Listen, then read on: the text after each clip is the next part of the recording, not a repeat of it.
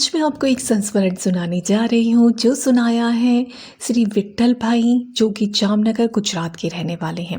भैया बताते हैं कि अमरेली जिले के एक गांव के प्रज्ञापीठ में वो अपनी माँ के साथ 6 साल तक रहे और उस इलाके में पानी की बहुत दिक्कत थी, बहुत कमी थी पानी की।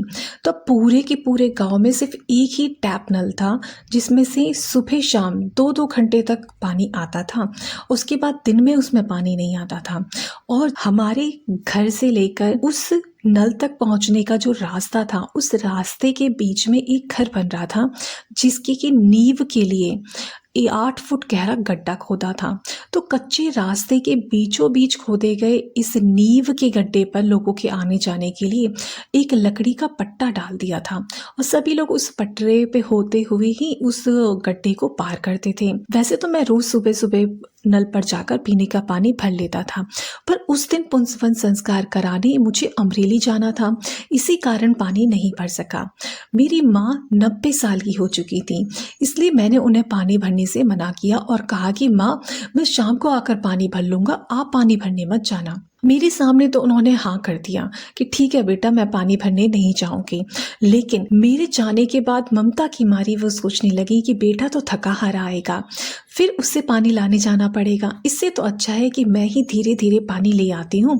ये सोचकर मेरी माँ जो थी पानी लेने चल पड़ी और विधाता को जो मंजूर था वही हुआ। जब वह लकड़ी के पट्टे के ऊपर पैर रखकर नींव के गड्ढे के ऊपर से गुजर रही थी, लकड़ी अचानक से डगमगा गई और उनका पैर फिसल गया और मेरी माँ सीधे ही 8 फीट गहरे गड्ढे में जा गिरी। उनके गिरते ही आसपास हल्ला मच गया। पास के स्कूल के 40-50 बच्चे पढ़ रहे थे। शोर सुनकर वे सभी दौड़ पड़े।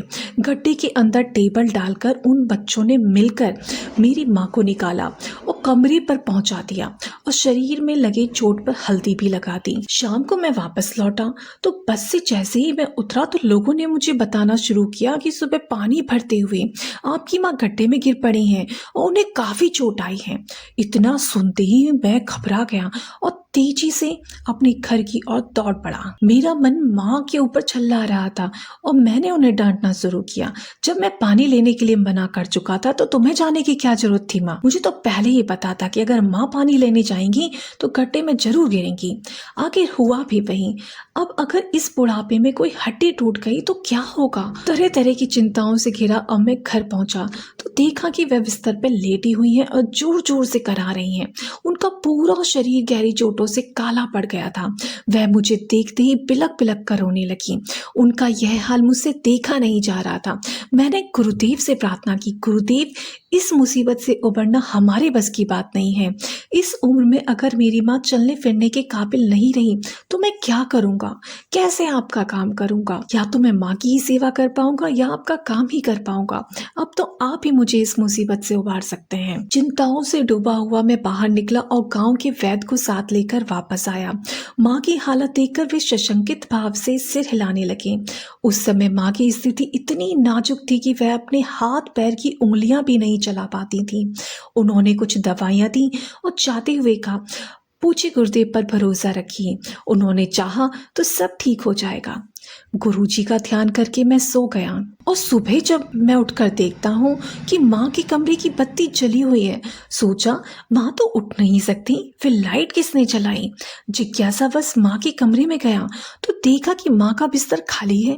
मैं चक्कर में पड़ गया। वह तो हाथ पैर भी नहीं हिला सकती थी, फिर आखिर गई तो कहीं कहाँ। मैं तेजी से पलटकर कमरे से बाहर निकला तो देखा कि माँ नहा धोकर वापस आ रही हैं। मेरे आश्चर्य का ठिकाना नहीं रहा। रात भर में ऐसा क्या जादू हो गया कि माँ आराम से चलने फिरने लगी हैं? मुझे आश्चर्यचकित देखकर माँ ने मुस्कुराते हुए कहा, बेटा, रात को गुरुदेव आए थे। वे बोले, उठ, खड़ी हो जा, तुझे कुछ भी नहीं हुआ है।